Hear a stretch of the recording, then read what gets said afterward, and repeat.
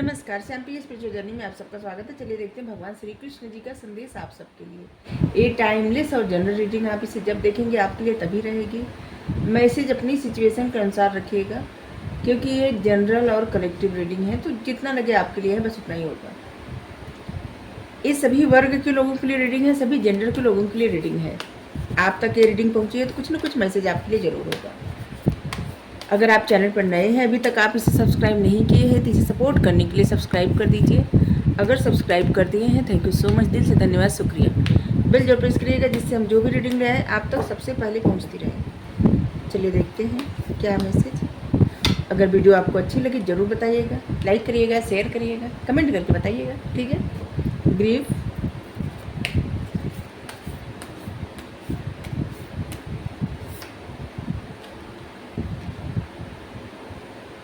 Friend enemy,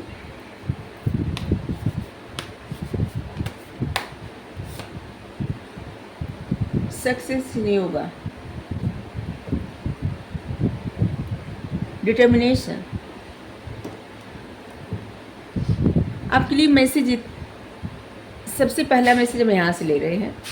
आपके लिए ऐसा मैसेज है ना कि जो भी आप काम कर रहे हैं उसको पूरी लगन के साथ करिए, ठीक है। ये मत सोचिए कि अभी आप जो कर रहे हैं उसमें कहीं आप फंस तो नहीं गए हैं, या फिर ये कार्य सफल होगा या नहीं होगा।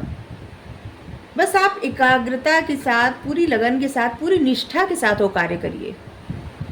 अभिमन्यु जी जैसे चक्र तो फंस गए थे, ठीक है। उनके लिए जो चक्र रचा गया था, चक्रव्यूह तोड़ने के लिए जब वो चक्रव्यूह में गए तो उनको उनमें से वापस आने का रास्ता पता नहीं था और वो आ नहीं पाए वापस। लेकिन इसके बावजूद कितने सारे महारथी अपने प्राण गंवाए होंगे, लेकिन फिर भी किसको सब जानता है ज़्यादा, अभिमन्यु का नाम अमर हो गया। अगर जीवित भी रहते तो राज्य करते और शायद इतना नहीं सब लोग उनको मानते या उनको सराहते या उनकी गाथा गाते, लेकिन उनकी वीरता, मतलब उन्होंने जो भी कार्य किया ना पूरी निष्ठा के साथ किया, पूरी लगन के साथ किया और एकाग्रता के साथ। उनको जितना आता था वो अपना 100% देते गए, ठीक है। यहाँ ये नहीं है कि चक्रव्यूह में आपको घुसना है और फिर वहाँ पे बाहर नहीं निकल पाए, ऐसा नहीं है। लेकिन आप जो भी काम कर रहे हैं ना उसको पूरी निष्ठा और लगन के साथ करिए, एकाग्र मन से, तत्परता के साथ। आपको जितना आता है ना उतना 100% अपना दीजिए, ठीक है।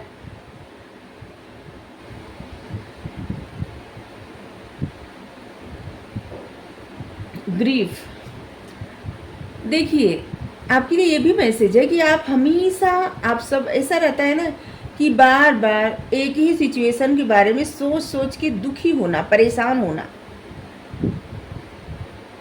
जबकि यहाँ पे युधिष्ठिर का प्रश्न आता है कि जैसे जो बीत गया, जो बातें बीत गई चली गई, और वहाँ वही बातें युधिष्ठिर को परेशान करती हैं, बार बार परेशान करती हैं। क्या हुआ, कैसे हुआ, क्यों हुआ। और वहाँ यहाँ पे भीष्म जी उनको समझाते हैं। भगवान जी इनको लाए थे युधिष्ठिर जी को भीष्म जी के पास, भीष्म जी की इच्छा पूरी करने के लिए, और यहाँ पे उनको उपदेश दिलवाते हैं। तो उनका उपदेश, राजा का धर्म क्या होता है, खैर ये तो बहुत बड़ा है, ये तो हम नहीं बता पाएंगे। लेकिन यहाँ पे इसका मतलब ये है कि पास्ट में रहना, ठीक है। जो बीत गया उन बातों को सोचने से ज़्यादा अच्छा है ना कि ऐसे सोचे कि अभी प्रेजेंट टाइम में इस समय हमारे सामने क्या है, ठीक है। और जो लोग, जिन लोगों का पूरा समर्पण रहता है भगवान पे, उनके सामने तो हमेशा समझ लीजिए उनके हृदय में हमेशा भगवान ही रहते हैं, तो उनको तो पास्ट में सोचना ही नहीं चाहिए।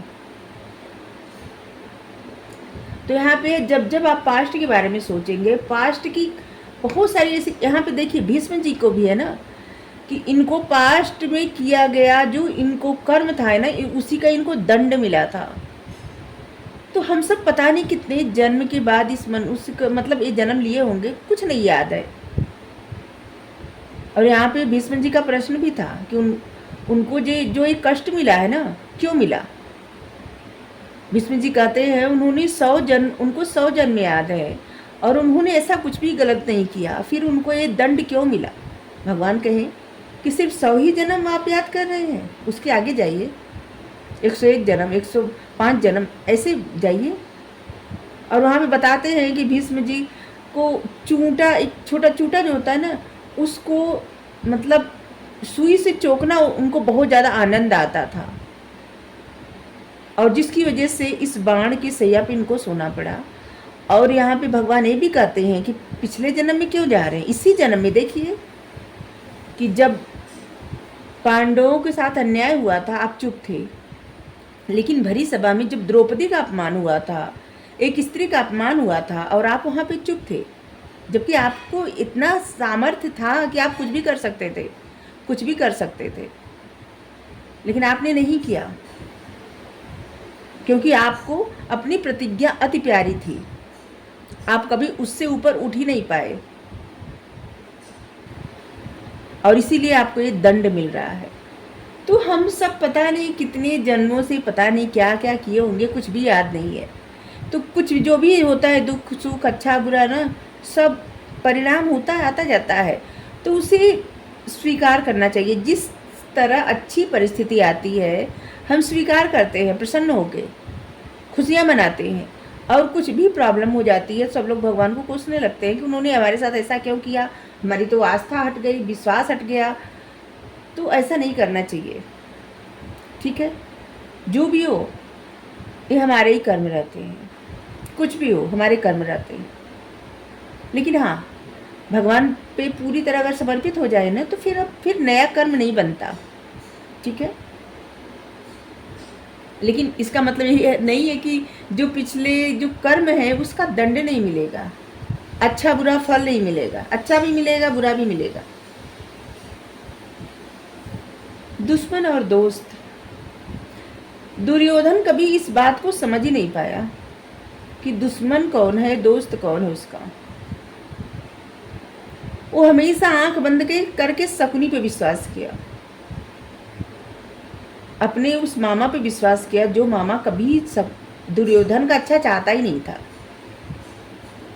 शकुनी की एक कथा है कि शकुनी के जो पिता थे ना, उनको, जो गांधार के राजा थे, उनको धृतराष्ट्र बंदी बनवा लिए थे, ठीक है, बंदी बना लिए थे, और उनको ऐसी जगह रखे थे बंदी बना के जहाँ पे मतलब उनको इतना कम अन्न देते थे, इतना कम अन्न देते थे कि जिससे उनका पूरा शरीर गल गया था, हड्डियाँ बची थी, और जब उनकी मृत्यु हुई तो उसी हड्डियों से, जो उनकी हड्डी थी ना, उसी से शकुनी अपना पासा बनवाया था, और उसी पासा से खेलता था, और वो पहले ही प्रण कर लिया था कि इनके वंश का सर्वनाश कर देगा। और फिर गांधारी का विवाह होता है, फिर जो दुर्योधन होता है, तो दुर्योधन कभी शकुनी को समझ ही नहीं पाया, उसको समझ में नहीं आया कि उसका दोस्त कौन है और दुश्मन कौन है, उसका हित चाहने वाला कौन है और अहित चाहने वाला कौन है। जबकि पांडवों के साथ मिल के रहता तो उसके भाई थे, हमेशा प्रेम से रहते, प्रेम से वो राज्य भी मांगते, तब भी युधिष्ठिर उनको दे देते, और आधा राज्य तो दिए भी थे, लेकिन इसके बावजूद शकुनी के कहे में आके सर्वनाश कर दिए, अपना सब कुछ नष्ट कर दिए। इसी तरह इससे सीख लेना चाहिए कि हर एक इंसान को ये पहचानना चाहिए कि जिस पे हम आँख बंद करके भरोसा करते हैं वो हमारा सच में हित चाहता है या फिर नहीं चाहता है। हर एक इंसान के अंदर एक सिक्स्थ सेंस रहती है, जिससे आत्मज्ञान, जिससे पता चल जाता है, अनुभव होता है ऐसे कि जैसे इंसान अच्छा चाहता है या नहीं चाहता, ठीक है। और जब इंसान इग्नोर करता है तब उसी को बाद में पछताना पड़ता है, ठीक है। तो यहाँ पे है कि आपको ये समझने की ज़रूरत है कि आपका दोस्त कौन है और दुश्मन कौन है। ऐसा ना हो कि जिससे आप दुश्मन समझते हो आपका दोस्त हो, हितैषी हो, आपका हित चाहने वाला हो, और ऐसा भी ना हो कि जिनको आप दोस्त समझते हो आपके दुश्मन हो, वो दोस्त के रूप में आपका अच्छा नहीं चाहते हो, आपका बुरा चाहते हो। पता नहीं किसके लिए मैसेज आया है, लेकिन जो देखिए, हमें लगता है एक कोई किसी के लिए एक मैसेज आता होगा, किसी के लिए एक मैसेज आता होगा, ऐसे मैसेज आता है जो मैसेज आता है। ये जो पूरी तरह आध्यात्मिक रीडिंग होती है, तो भगवान जो भी बताते हैं इंट्यूशन के द्वारा वही हम आपको बताते हैं। हमें नहीं पता, हमें इतना ज्ञान नहीं है कि हम किसी को समझा सके। एक कार्ड हटा दीजिए तो हमको कुछ नहीं समझ में आएगा। इसलिए कार्ड जब रहते हैं तो हम जो बातें आती, जो मैसेज आता है आप सबको हम देते हैं। हमको नहीं पता किसके लिए क्या मैसेज रहता है, आपको जितना लगे बस उतना ही लीजिए। Success in yoga. जब मनुष्य का हृदय मन स्थिर रहता है ना, तब उसमें भगवान बसते हैं, भगवान का चिंतन रहता है। भगवान का चिंतन तभी हो पाता है जब मन स्थिर रहता है। परमात्मा का चिंतन कब होता है? जब मन स्थिर होता है। जब मन में तमाम विचारों का उथल पुथल सुनामी आए, तब परमात्मा का चिंतन कहाँ से रहेगा? 2 मिनट अगर नाम लेने आप बैठ जाए, आपको ऐसा लगेगा कि जैसे ये हो गया वो हो गया, किसी बात का दुख होने लगेगा, किसी बात का क्रोध आने लगेगा, कोई चिंता सताने लगेगी, ऐसा होने लगता है ना। और इसीलिए योगा किया जाता है, ध्यान लगाया जाता है, इसीलिए मंत्र जपा जाता है। जो भी करें पूरी निष्ठा के साथ, मतलब 2 मिनट 10 मिनट जितना भी वक्त दे, अपना मन एकाग्र करने के लिए, शांत करने के लिए। और यहाँ से इस कार्ड से भी है कि यहाँ पे भगवान बताते भी हैं कि आत्मा और परमात्मा 2 पक्षी है, एक ही पेड़ पे बैठे हैं, एक ही डाल पे बैठे हैं। देखिए, आत्मा और परमात्मा 2 पक्षी हैं, एक ही पेड़ के एक ही डाल पे बैठे हुए हैं, और उसमें फल लगा हुआ है। लेकिन परमात्मा को उस फल से कुछ भी सरोकार नहीं, कुछ भी लेना देना नहीं, वो शांत बैठे हैं। लेकिन आत्मा फल खाने लगती है।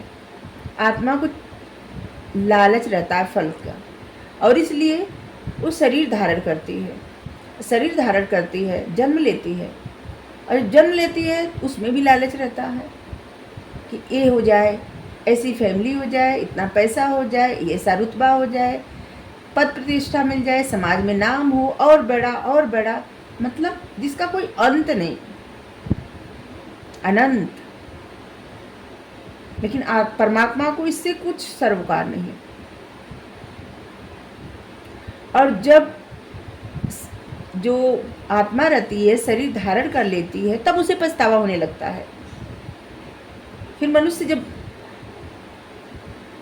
मनुष्य की आत्मा छटपटाने लगती है अंदर, क्योंकि आत्मा जब मनुष्य का शरीर धारण करती है ना, तो इसके बाद उसको ये बात का पछतावा होता है, मनुष्य का रूप धारण क्यों किया।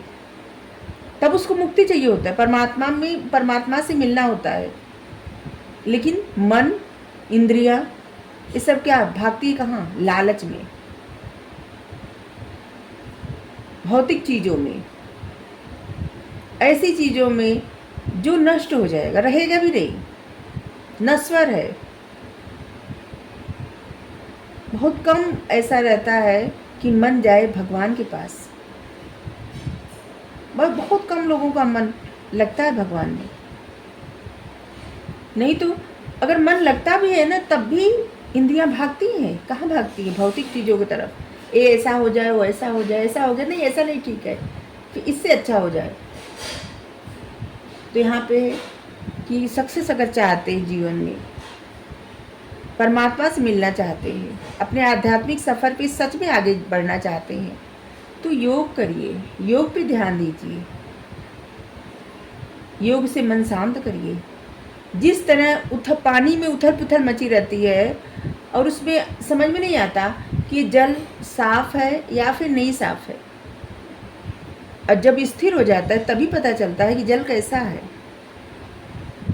और उस जल के मतलब तलहटी में क्या है, ये भी देखा जा सकता है। इसी तरह शांत मन से, शांत विचार से इंसान अपने अंदर अपने आत्मज्ञान को समझ सकता है, अपने आप को समझ सकता है, अपने भीतर रहने वाले परमात्मा को समझ सकता है, देख सकता है, दर्शन कर सकता है, मिल सकता है।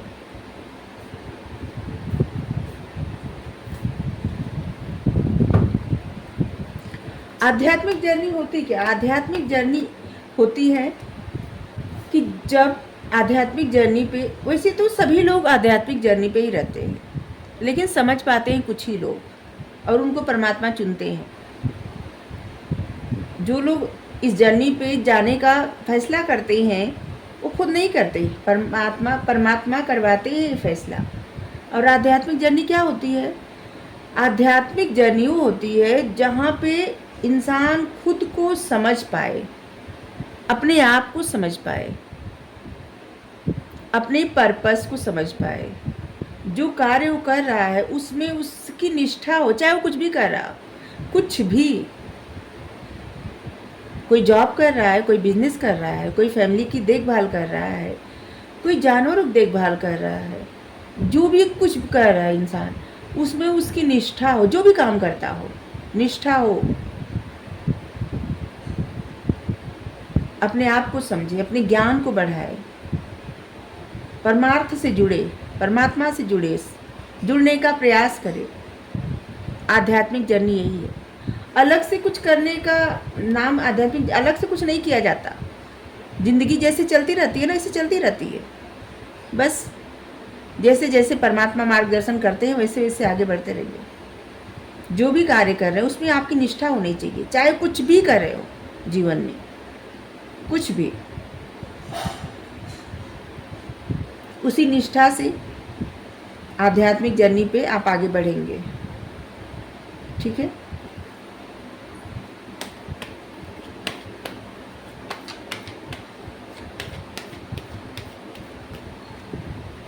आपकी जो जिम्मेदारियां हैं ना उसे पूरी निष्ठा से निभाना ही आध्यात्मिक जर्नी है।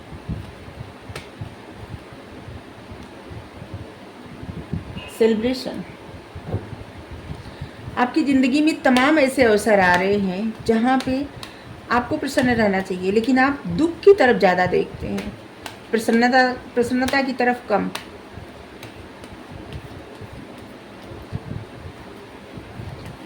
मतलब पास्ट में जीना, पास्ट में न जिए।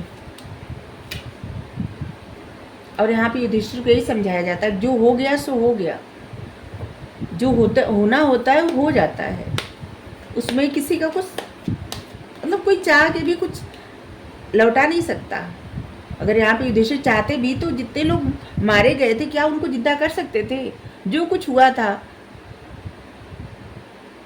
और वहाँ पे भी इनका क्या था, एक व्यसन पाल लिए थे, जुआ खेलने का। मतलब जुए का निमंत्रण स्वीकार कर लिए थे। ये व्यसन हुआ ना, लत हुई। अगर इसी से अगर मुक्ति पा गए होते, अस्वीकार कर दिए होते तो इतना सब नहीं होता। लेकिन इतना सब लिखा था, महाभारत उन्होंने लिखा था, इतने सारे वीर योद्धा, मतलब उनका जाना लिखा था तो गए। जिसका जिस विधि लिखा होता है वो जाता है।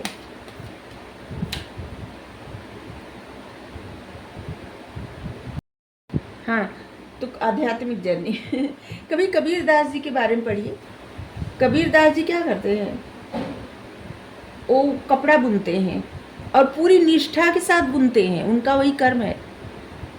वो अपने कर्म को निभाते हैं, वही उनकी आध्यात्मिक जर्नी है। कपड़ा बुनते बुनते परमात्मा का नाम लेते हैं। कुछ भी मतलब उनका प्रार्थना, उनका जो भी रहता है नहीं रहता है, उनका कर्म जो रहता है, और उसी से वो भगवान को मतलब भगवान के समीप जाते हैं। भगवान मतलब उनको अपने पास बुला लेते हैं, भक्त हो जाते हैं। एक मोची के काम करने वाले रहते हैं और वो जूता नहीं सिला जाता, जूता सिलते हैं, जूता बनाते हैं। लेकिन वहाँ पे उनको भी जूता सिलते सिलते भगवान का भजन करते हैं और उसमें उनको मुक्ति प्राप्त होती है। भगवान स्वयं उनको दर्शन देते हैं।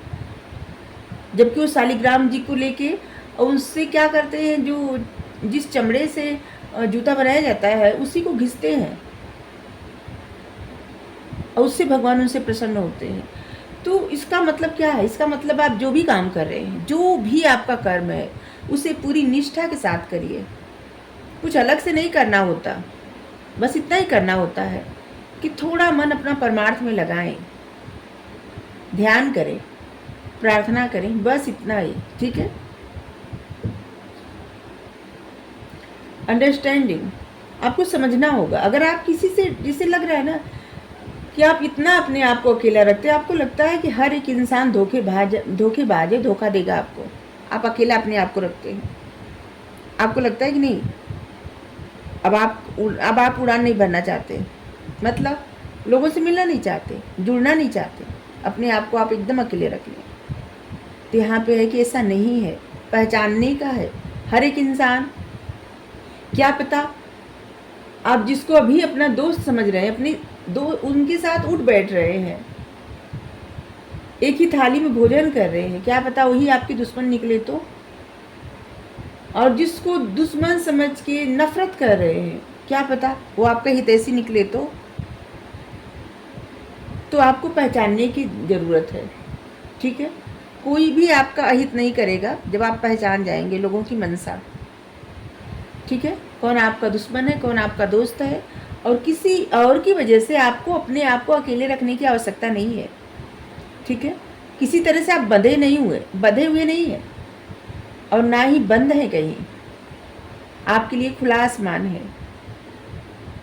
जैसे सबके लिए है, आपके लिए भी है। जो लोग ऐसे समझते हैं कि बंधे हुए हैं, नहीं, बंधे हुए नहीं हैं। अगर आपको किसी बात की जल्दबाजी है तो जल्दबाजी मत करिए, और ऐसे रहिए कि जैसे अगर आपको ज्ञान भी प्राप्त हो रहा है, बहुत सारा आपको ज्ञान है, तो परिस्थिति के अनुसार ढल जाइए। जैसे कछुआ होता है, वक्त पड़ने पर किस तरह से अपने खोल में चला जाता है और इसके बाद फिर बाहर निकलता है, समय अनुसार वो अपनी चाल बदल देता है। इसी तरह आपको रहना है, और कुछ भी धीरे धीरे जो प्राप्त होता है, जो जीत मिलती है ना, वो आपके पास हमेशा रहती है। जैसे कछुआ और खरगोश की कहानी नहीं है कि कैसे खरगोश बहुत तेज़ी से आगे बढ़ता है और कुछ जगह मतलब थोड़ी दूर जाके सो जाता है, क्योंकि इसका मतलब क्या है, बहुत तेज़ी से सफलता मिलती है जिनको, और फिर वो और ज़्यादा सीखने का और ज़्यादा कुछ करने का उनका मन नहीं करता, वो उतने में ही उसको संभाल नहीं पाते, ठीक है। बहुत सारे लोगों को देखे होंगे कि तेज़ी से सफलता मिली और फिर उतनी तेज़ी से सफलता चली गई, क्योंकि वो सफलता संभाल नहीं पाए। और इसी तरह खरगोश और कछुआ की कहानी सिखाती है। कछुआ एकदम धीरे धीरे जाते हुए मंजिल तक पहुंच जाता है, जीत हासिल करता है, लेकिन खरगोश इतना तेज़ी से दौड़ने वाला वो सो जाता है और कछुए से हार जाता है। इसी तरह जो लोग धीरे धीरे बढ़ते हैं आगे और जीतते हैं, वो हमेशा उनकी जीत हमेशा के लिए रहती है। और जो तेज़ी से भागते हैं और तेज़ी से सोचते हैं कि सब कुछ मिल जाए, मतलब शॉर्टकट कभी नहीं अपनाना चाहिए, ठीक है। भले सफलता धीरे धीरे मिले, लेकिन वो आपके पास हमेशा रहे, वो बेहतर है।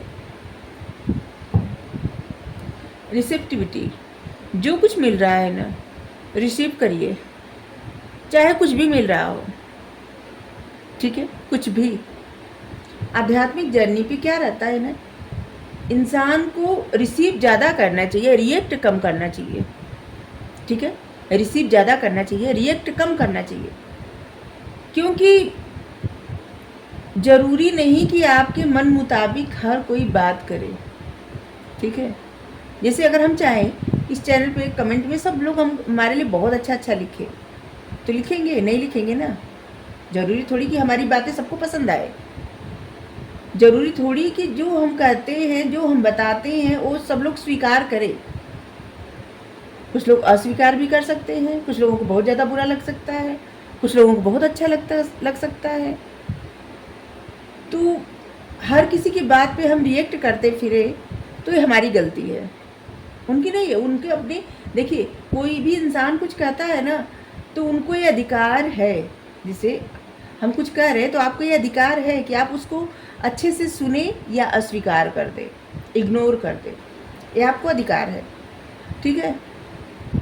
तो इसी तरह जो लोग आध्यात्मिक जर्नी पे रहते हैं, उनको रिएक्ट कम करना चाहिए, रिसीव ज़्यादा करना चाहिए, ठीक है।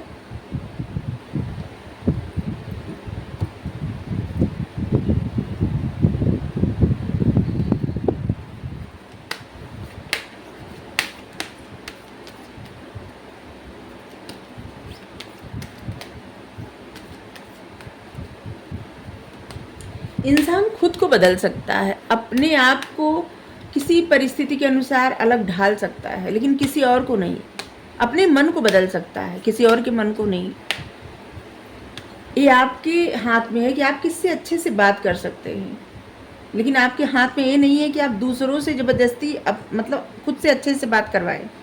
नहीं, किसी के हाथ में ऐसा नहीं रहता। तो जो हमारे हाथ में रहता है ना, हमको बस उस पर ध्यान देना है। जो किसी और के हाथ में है वो उसकी इच्छा, अपनी इच्छा के, अपनी मर्जी के सब लोग मालिक होते हैं और सब लोग स्वच्छंद हैं।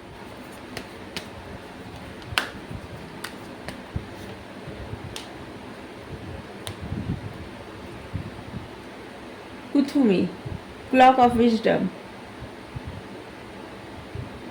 देखिए, अगर आपके मन में कोई भी प्रश्न चल रहा है इस वक्त रीडिंग देखते वक्त, उसका आंसर आप खुद जानते हैं, आपको पता है।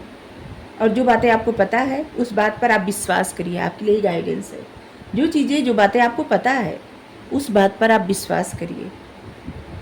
आपकी इंट्यूशन जो बता रही है ना, वो सत्य बता रही है। आपके पास वो ज्ञान और बुद्धि है, इसलिए अपने आप पे भरोसा करिए। ठीक है।